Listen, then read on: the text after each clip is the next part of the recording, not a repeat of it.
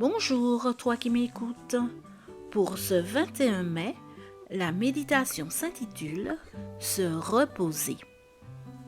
Ils partirent donc dans une barque pour aller à l'écart dans un lieu désert. Marc 6, verset 32. Dans le prolongement des réflexions d'hier, nous voyons aujourd'hui Jésus et les siens faire une pause dans leurs tâches habituelles d'enseignement, de prédication et de guérison. Matthieu 4, verset 23.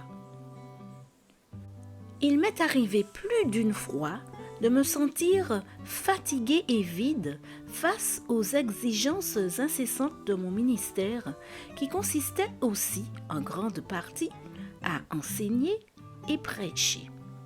Il est arrivé un moment où j'ai dû apprendre à gérer le travail et le repos. Je devais apprendre à me reposer.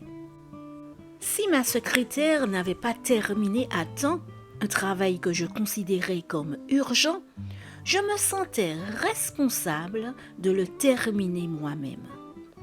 Si un frère me confiait un problème, je me sentais obligée de le résoudre au plus vite.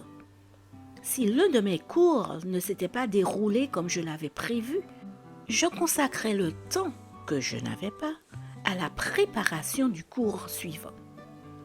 Si le sermon n'était pas aussi clair et puissant que je le souhaitais, je passais 2 ou 3 jours à le réviser dans ses moindres détails. Que d'énergie investie dans ce stress! Jusqu'au jour où j'ai pris conscience que Jésus ne semble pas avoir vécu dans la précipitation. Il a commencé son ministère public alors qu'il avait déjà une trentaine d'années. Voir Luc 3, verset 23.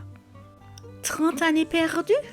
Non, 30 années entre les mains de Dieu, préparant un ministère qui devait finalement être très court.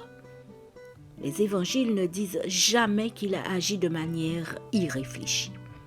Et une fois qu'il a commencé son ministère, sachant qu'il ne lui resterait peut-être plus beaucoup de temps, il ordonne à ses disciples « Faisons une pause.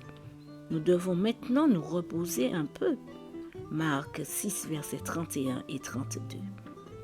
L'un des dictons grecs de l'époque disait « La hâte n'a qu'un fils, l'erreur. » Avec le temps, l'arrivée de la retraite, l'expérience accumulée et ce que j'ai fini par apprendre de Jésus m'ont aidé à voir mon travail sous un autre angle.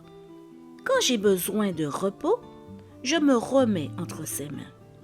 Quand les fardeaux me pèsent, j'essaie de m'en décharger à ses pieds en recherchant la compagnie et les conseils de celui qui sait mieux que moi combien je suis fragile et combien ma capacité de travail est limitée sans son aide.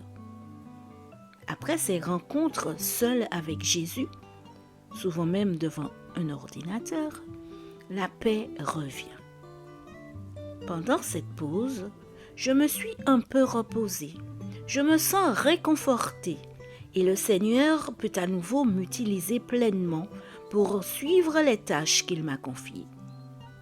Maintenant, chaque fois que je sens, comme aujourd'hui, que j'ai besoin de me reposer dans les bras du Seigneur, je ne résiste pas. Je le cherche dans mon petit endroit isolé. Le temps passé avec lui n'est jamais perdu. C'est le meilleur moment de la journée. Seigneur, apprends-moi à me reposer dans tes bras. Amen. Bonne journée sous le regard de Dieu.